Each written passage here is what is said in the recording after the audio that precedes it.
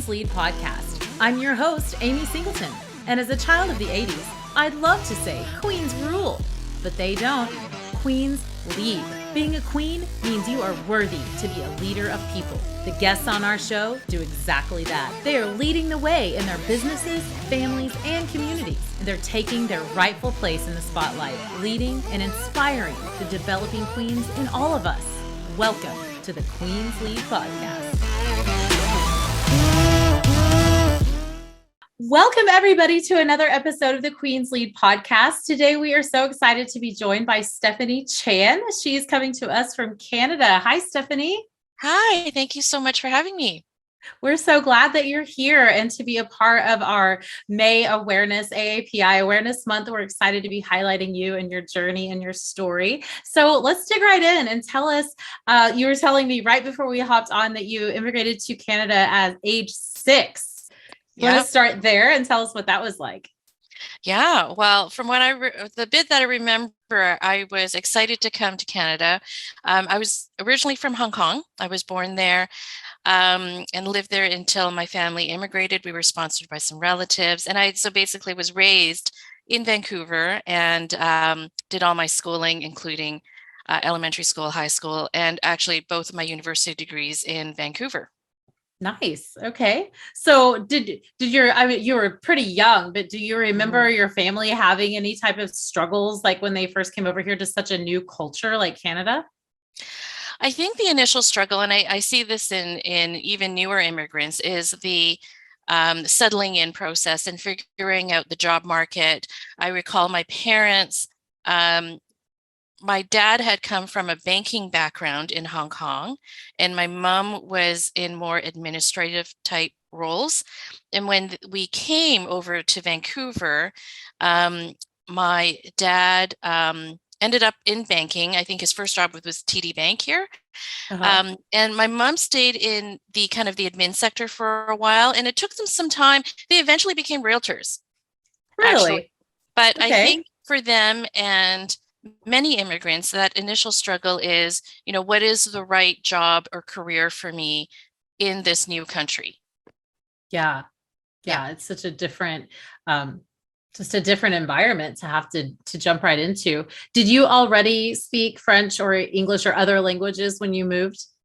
I didn't speak a word of English. So I went into grade 1, and I actually do have memories of this.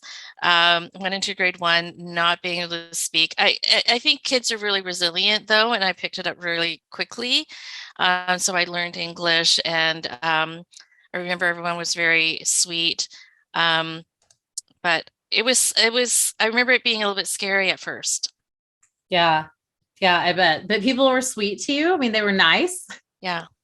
Yeah. That's good. That's good. Not the story you hear from everyone. So that's great to know. Well, I mean, grade 1, I mean, yeah. Yeah. Everybody's kind of nice, I guess. Mm-hmm. Oh, that's funny.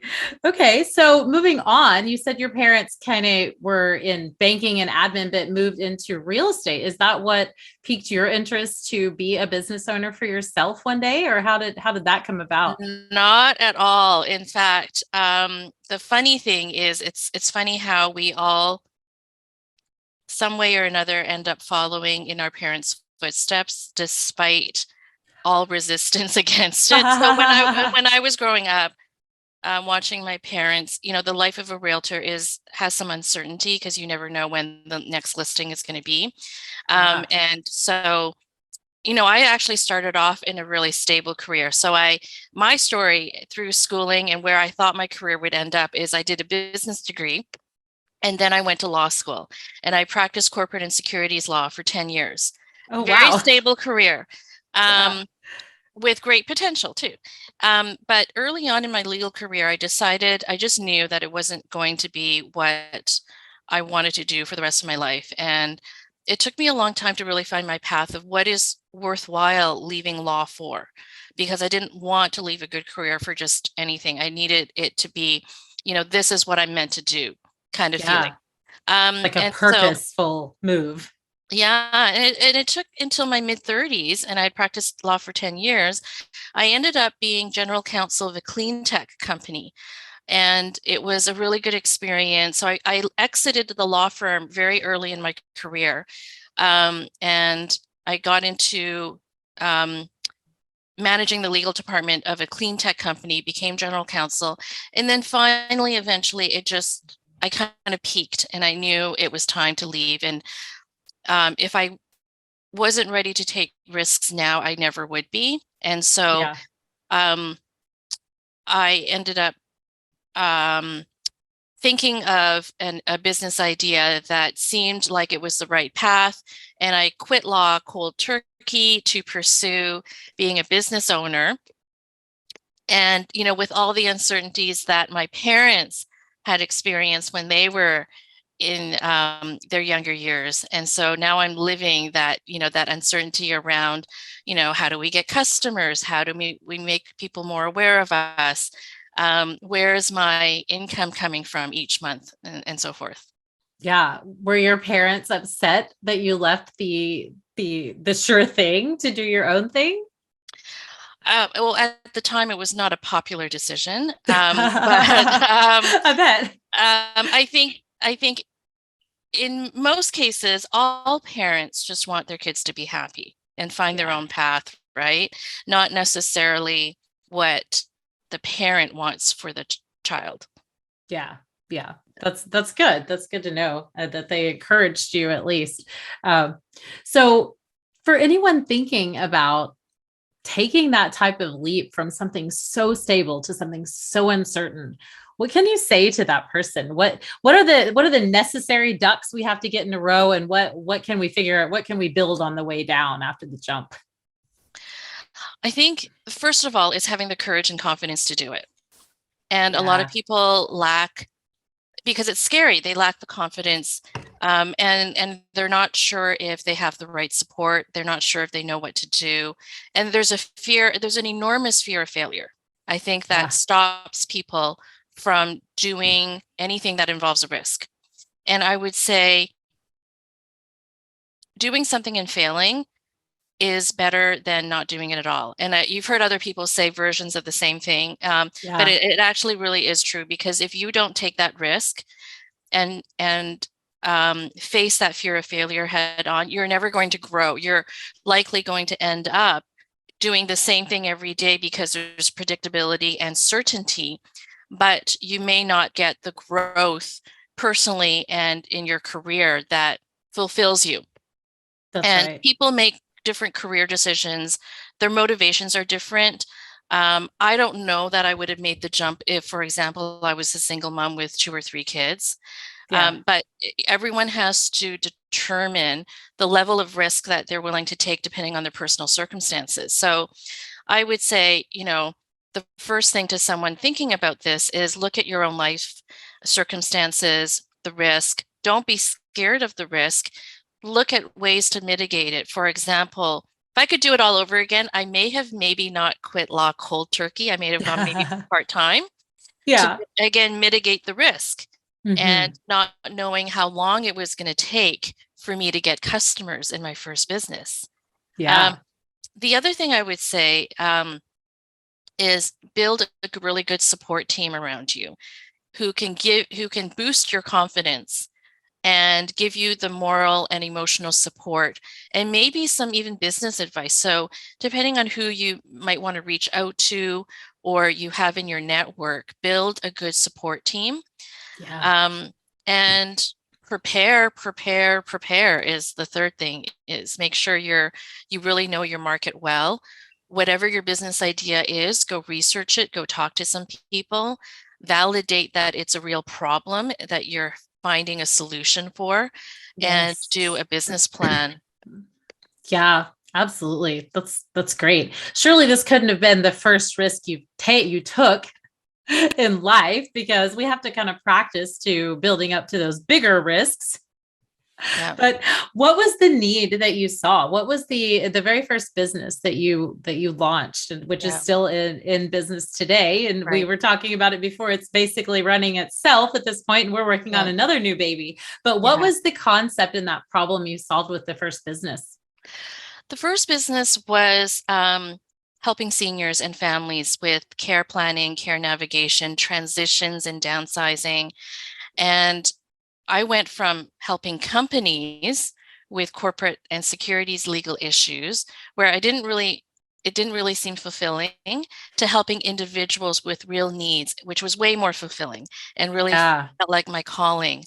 Um, so the first big risk was, starting that first business, and I made so many mistakes. Couldn't even that would take up a whole hour of just telling you all the mistakes I made. But I've learned a lot, and all of those learnings I applied to the second business. Yeah.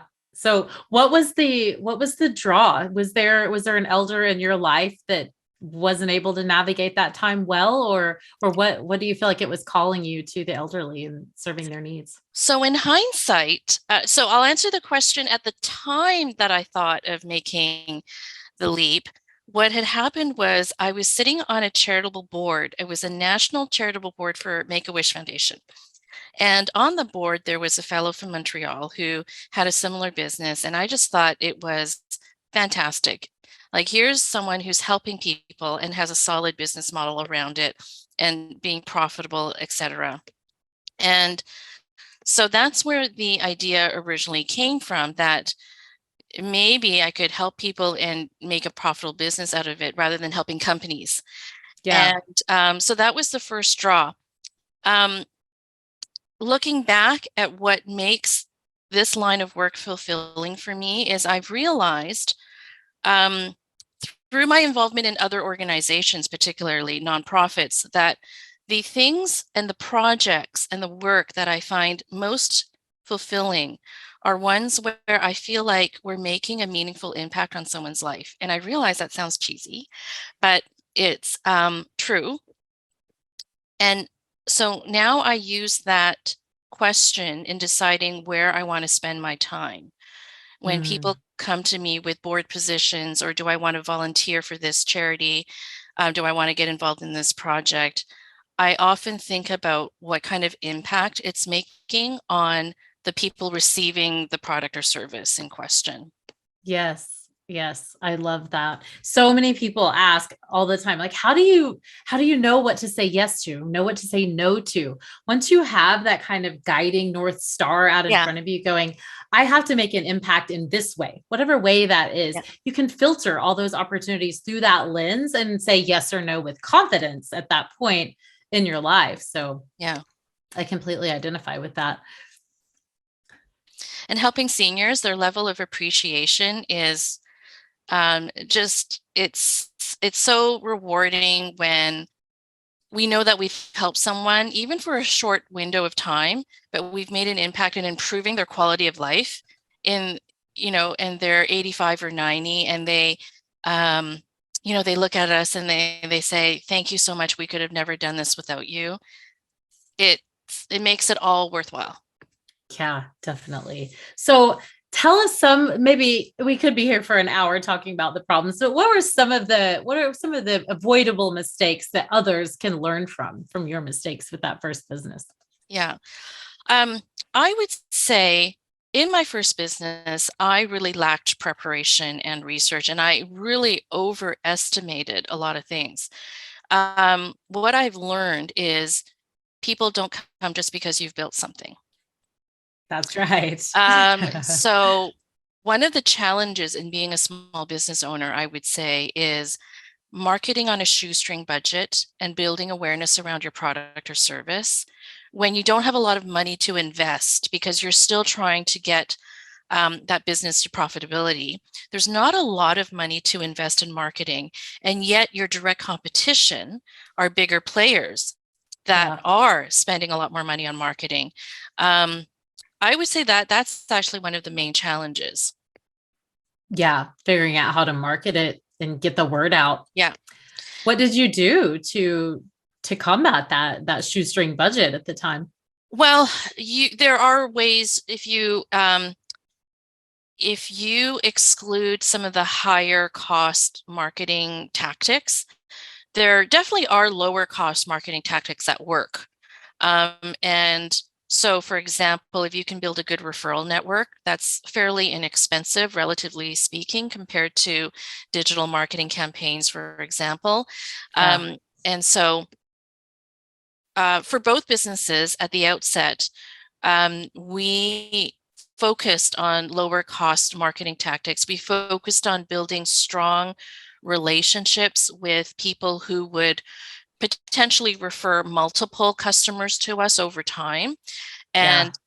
and building relationships where the other person knows they can trust me to treat their clients like gold. And treat Yeah. we have a philosophy of we treat every client like they're our own parent. Hmm. And so, I mean, that's just one example is of lower cost marketing that really works. Yeah, definitely. But the way I always put it in marketing is if you're long on time and short on money, you invest the time to build those relationships, to build up that referral network, to give the absolute best experience so that Yeah, that word of mouth does build. And then when you're a little more long on money and short on time, that's when you can afford those digital marketing campaigns that work. that's But we can't exactly. get to that place without the first place many times unless we were Yeah. dealing with a great big loan or something, right? Yeah, Yeah. that's exactly right. Relationships are really important when you're a small business. Definitely. Yeah, Mhm. definitely. I think so many people sit in this place of fear when they start a business like, I have to build this thing until it's perfect and then I can tell the world. No, tell the world. You have to tell everyone you know that you have this business even if Yeah. you're not ready yet, right? Did you struggle with trying to tell people like, okay, I'm coming out of, law to do this other thing? Did you hide it kind of for a little while or were you bold about it from the get-go? Um, well, okay, so my first, and this goes back to your earlier question about some of the learnings and mistakes. I was never strong in marketing. So my business background, when I did the business degree, I majored in finance. And so had I known actually that I would end up as a business owner, I would have done marketing. Had I known how important marketing and communications is in every business. Yeah. Um, but I wasn't that bold. Um, to be honest, looking back in building my first business, it's not exactly in my nature. But what I did was I took 6 months off after I quit law to learn as much as I could about the industry. And Mm. then I came up with a business plan and then I adjust. So um, I don't believe in perfection. There's this concept um, where people say, it's called fail fast, which means you Yeah. go and do it. If it's good enough to get out there, you do it, you test it with some people, you make adjustments, and that's how you get iterations upon iterations. But you Yes. don't wait till something's perfect because that doesn't exist. It Yeah, doesn't. That's one thing they don't tell you is that you're not going to have this business is messy. I mean, we see, even like Facebook, it shuts down sometimes. Google sometimes has a headache. These are multi-million dollar companies. They still don't have it all figured out. So why would we yeah, expect as small business owners to have it so perfect from the get-go in the outset? We can't. right. Yeah, Yep, yeah. I I agree. have struggled with that a lot as well. So tell us about when you started to like at first, obviously you're wearing all the hats. You're doing, at least you got the finance piece, which is what so many business owners are missing. They have no idea what their numbers are, what margins are, what lifetime value means, none of these numbers. So you had that piece, I think, pretty well under control. Yeah. But the other pieces that, like you said, the marketing, answering the phones, building the processes and the systems, how did you begin to build that team that is now running that first business on its own? Hmm. It took a long time. It took a long time to not just find the people, but figure out for myself what type of person would be perfect for the role, Hmm. having consideration to the work that entails, and also keeping in mind that these are customer-facing people that would be servicing our clients who are all elderly seniors, some of which who live alone, very vulnerable. They might Yeah. be in a very late stage of a disease, and so they're weak and Mhm. very vulnerable. And so um, I built this team. The current team I have, I love. And at every point in time, I've actually always loved my team. I've been really blessed with great people that have come my way. I've grown my team organically. So in most cases, people have come to me through word of mouth, Yeah. where they know of my business through some other way. And they wonder if I'm hiring because they're looking for work. And usually when someone comes through a warm introduction, they're already ahead of the game because I don't have to search through resumes, do a job posting, do interviews. Yeah. And so I've built my team that way, mostly through word of mouth, and it's worked really well for me. Yeah. Yeah. What was the first position you hired to start replacing all the things you were doing? Uh, I guess it would be the direct service people. So from my first business, it would be the people, because I knew that to grow the business, I couldn't spend time with every single client Mhm. and finish the project from start to finish with just me. So the first people I hired were the people who would do the day-to-day work with the client, Yeah. whatever service we were offering to the client, so that I could work on marketing and promotion and finding and onboarding new clients and all kind of the higher level stuff. Yeah. Got it. Yeah. So if you're out there thinking you're doing everything in your business from CEO to fulfillment and everything in between, think of that thing that you know how to do really well and you can teach someone else to do that will free up your time. Right. That's the person you hire first. Like who's going to give you your Exactly. time back so that you can go and get more of that work to do, right? Yeah. Yeah. And there's lots of people who, often say you need to work on the business, not in the business. Right. Yeah, Yes, definitely. You got to be working on the business to grow the business while other people are exactly. working in the Yeah, trenches of doing the business, right? right. Yeah, definitely. So after business number one, we now have business number two. And when did that start? You said it's kind of still in its infancy, We launched relatively. we launched right before the pandemic. So Okay. it was tough. The first couple of years were really tough, I'll be honest. Yeah. Um, and one thing that people don't talk a lot about is some of the emotional aspects of being a solo entrepreneur. Um, and I think the pandemic was hard on everybody. Um, and the first few years of any business are tough. But if your first few years are in a pandemic, then it's extra tough. But we Yeah. got through it again, I think, with the support of a team. And so my team with my second business, something that I learned about the importance of having a team is I recruited advisors and a board of directors. So I had not just a team internally in the ops, but also a support team of people who really believed in our mission and were willing to help in other ways. Yeah. So tell us about that. Tell us about My Care Base. That's your business, correct? Yes. So My Care Base is a tech-enabled marketplace and care management platform. So what we're trying to do is um, improve a senior's ability to age in place at home so that they don't Okay. have to move to long-term care. And there's all sorts of good reasons why you want to live at home and not move to long-term care. But some of the problems currently involve caregiver burnout, access to the resources that they need to live at home, and access to good in-home caregivers to provide Mhm. those services so they can remain at home. And so we wanted to improve kind of the home care delivery model to improve people's access by making it easier for them to find, hire, and manage in-home care. Mhm. And this is not just nursing care, correct? Not just medical care, but Correct. It's mostly more. home care in the sense of when you think of what a senior who lives alone or maybe a couple they might need to help with, they start off usually needing help with things like cleaning, house chores, laundry, home maintenance, meal prep, medication reminders, driving to appointments. So there's a really huge variety. And then you get to kind of the personal care category, and that includes helping with dressing, bathing or showering, and more kind of hygiene, grooming, personal care tasks. Mhm. So My Care Base is a place that I, as a child of an elderly person, can go and communicate with my siblings and my parents and those caregivers all in one place. Is that what I understand that it does? Yes. So after we help you find the caregiver, we have a care management app, and we call it Care Circle, where it's basically members of the Care Circle can communicate with each other. There's task delegation lists.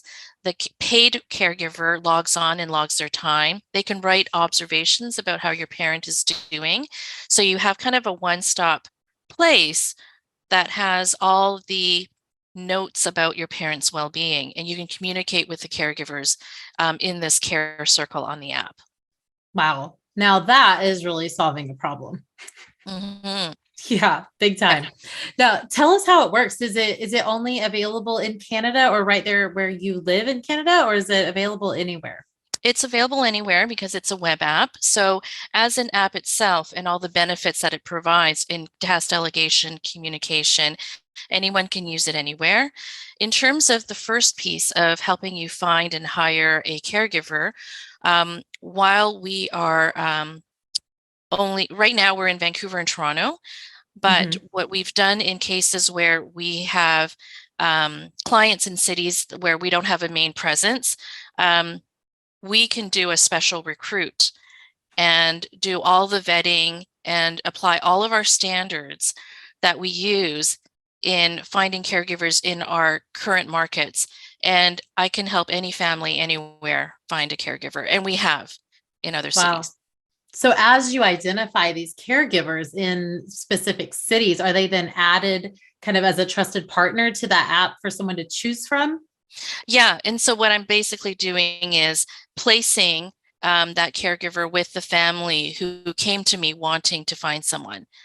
And then if I've done a good job, then they're happy with that caregiver. And through our model, what we've done is really reduce the turnover to way below industry average. So once I place the caregiver, because we've done some rigorous vetting, because the family is being given the chance to interview that caregiver, and ultimately they have the say on whether they want that caregiver, what it's done is increase customer satisfaction by a lot Ah, because they feel like they've had some control over the selection process. yeah, instead of just someone showing up to clean mom's house, like how do we Yeah, know we can trust this person, yeah, right? yeah. Yeah, that's scary. So you mentioned making sure that you were going to have a profitable, sustainable business. How does the business get paid from all of this? If you're making connections with these caregivers, is Yeah. it a paid app? Who pays? And how Um, do you make money? yeah, so that's a really great question. So because we're a marketplace, we handle the transactions. And so we also have post-hire support. So what we've done is we created a kind of a basket of services that are aimed at not just the caregiver placement, but knowing that often it's the family caregivers that need as much help as possible, because finding a caregiver is only one small piece of the bigger puzzle. Yeah. And so we look at what are all the stress points that a family caregiver goes through. And so we've put together a whole suite of post-hire support services that provides backup care if your caregiver is sick.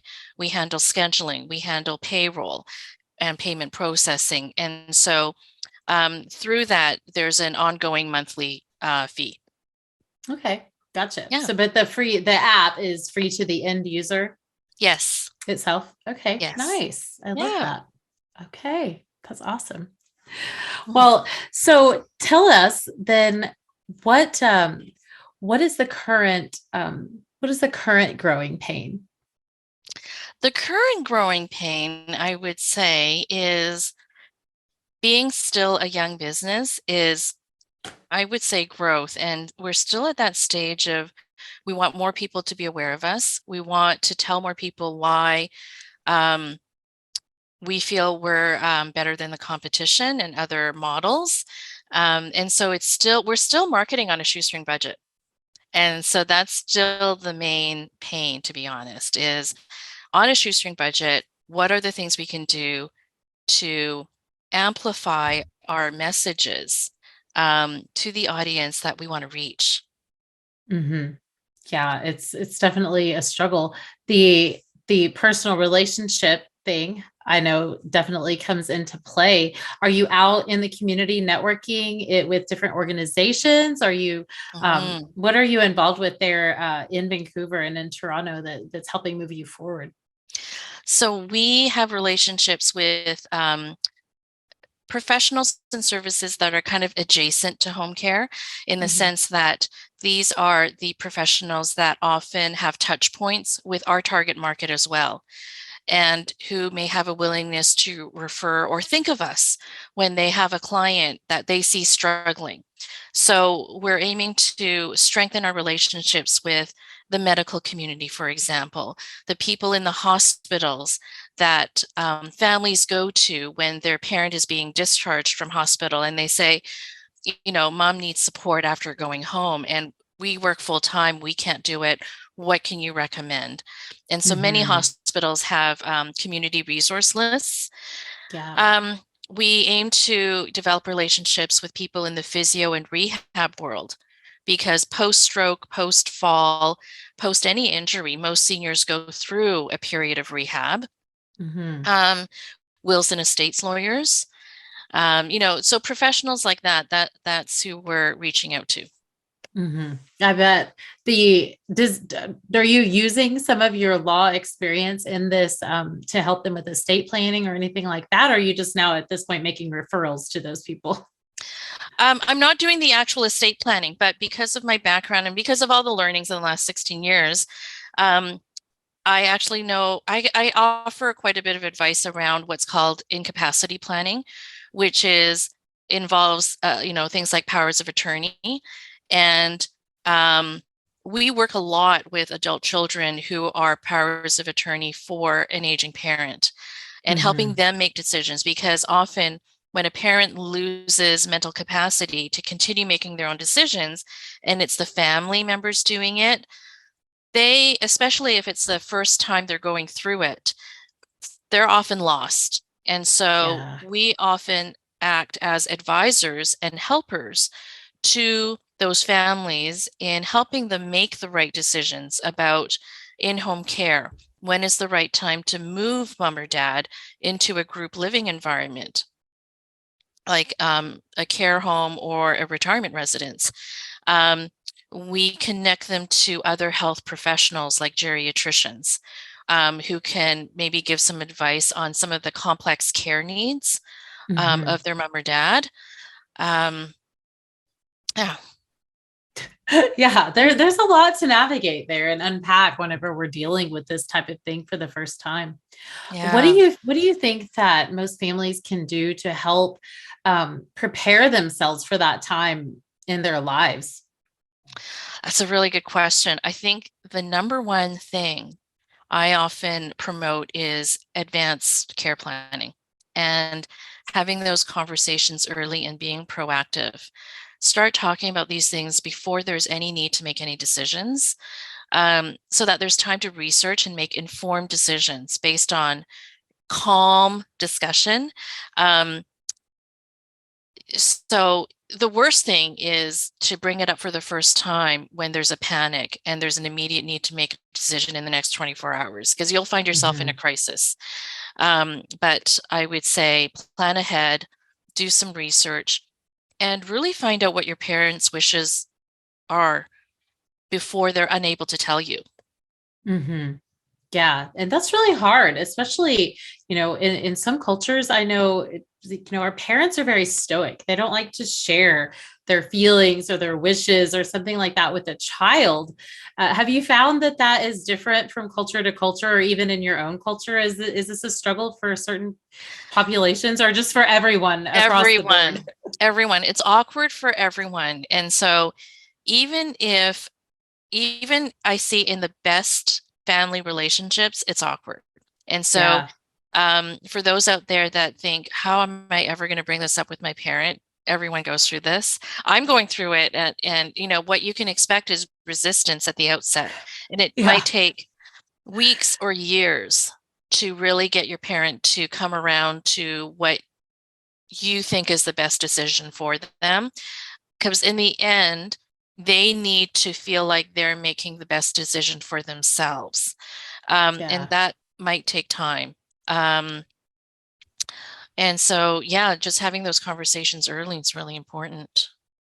Yeah, it's tough, but we got to start having them. I know like all the women that come on my podcast or a lot of them are about my age, and we're all sitting here with our parents are beginning to age, and a lot of them have young children. And like, here we are stuck in the middle, needing you and your services for sure. Yeah, the sandwich generation, it's classic. Yeah. And it is tough because you will reach a point where you feel like there's a role reversal and you're almost parenting your parent Mm-hmm. because you're Yeah. taking care of things that they no longer can do, like make meals, clean house, make decisions, pay bills. That's another big Mm-hmm. one. Yeah. Paying bills. So every one of these items or check boxes on the list of to-dos is something that My Care Base can help families with. Yes, absolutely. Yeah. Well, that sounds like a winner for me. Thanks. Tell us how, thank you so much for being my guest today, coming on here and sharing your story about business and life and immigration, all of the things that make up you and your wonderful queenness. So tell us how people can connect with you, especially if they're in Canada and have aging parents. But like you said, you can serve people anywhere. Where's the best place to find you and get that conversation started? Find me on LinkedIn. That would probably be the easiest. So Stephanie Chan, look up on LinkedIn. And there might be a few people, but I think I'm the only one in elder care and senior living. Or you can go to my website. My second business is mycarebase.com. And people can find me there. Those are probably the two best ways. And I'll have full contact information on the website. Awesome. mycarebase.com and connect with Stephanie Chan on LinkedIn. She can help you get your act together as it relates to the sandwich generation and figuring out how to navigate life when our elders get elderly and they need some help.